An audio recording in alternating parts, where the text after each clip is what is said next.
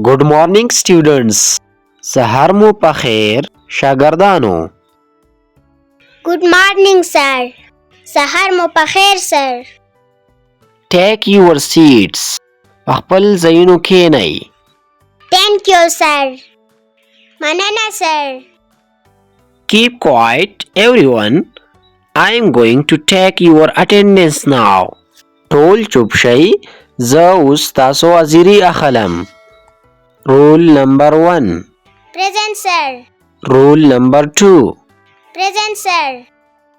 3. Why is she absent today? هغه نن ولې غیر حاضره ده؟ She is on leave, sir. She has gone to her uncle's home. هغه په چټۍ ده, sir. د خپل تره کور ته تللې ده. Why were you absent yesterday? پرون ته ولې غیر حاضره وې؟ Sir, yesterday I had a fever. Sir, پرون زما تبه وه. How are you feeling now? ته اوس څنګه محسوس کوې؟ Sir, I am feeling better now. اوس زه ښه یم, sir.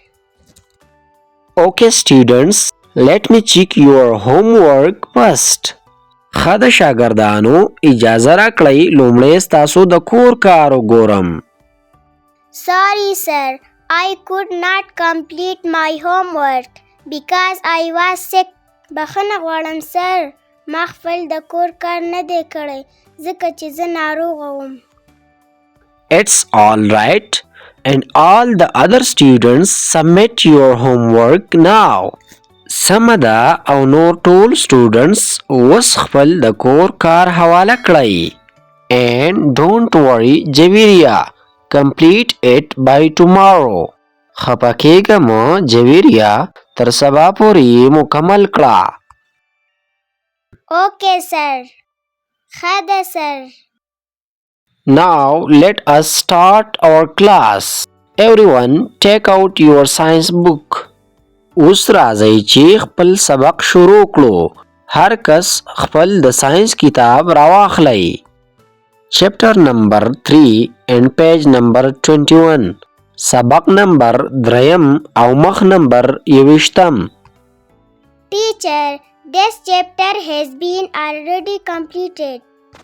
استاد, دا سبق د مخکې نه پوره شوی دی. I know. Today we will revise the chapter. ماته معلومه ده.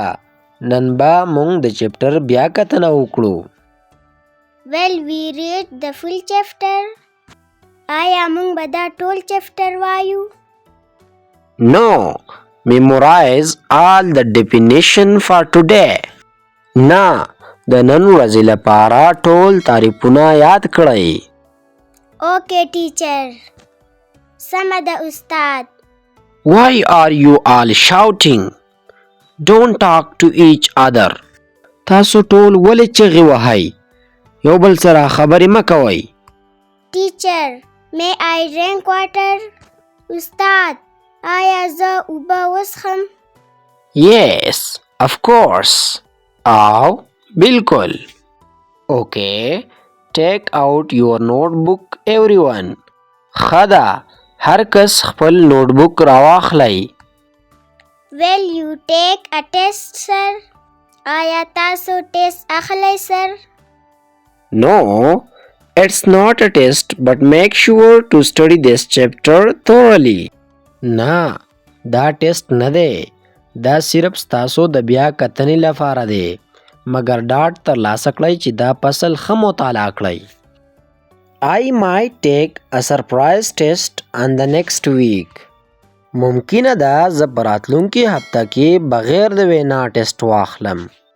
Teacher, we need the syllabus for the exam as well. استاد, موږ لا د امتحان دپاره نصاب هم پکار دی. You will get your syllabus within this week. تاسو به په دې هفته کې خپل نصاب ترلاسه کړئ. And now everyone solve these questions in your notebook. اوس هر کس دا پوښتنې په خپل نوټبوک کې حل کړئ. I have done, teacher. ما وکړل استاد. All right, let me check. ها اجازه راکړئ چې وګورم یې. Very good, Javiria. But there are some spelling mistakes. ډېر ښه جویریا مګر د املا ځینې غلطۍ شتون لري. Try to focus on your spelling as well. هڅه وکړئ چې په املا باندې هم توجه وکړئ. Okay, teacher. I will try. ښه ده استاد. زه به هڅه وکړم. Okay, students, note down your homework. ښه ده students، خپل کورنی کار نوٹ کړئ.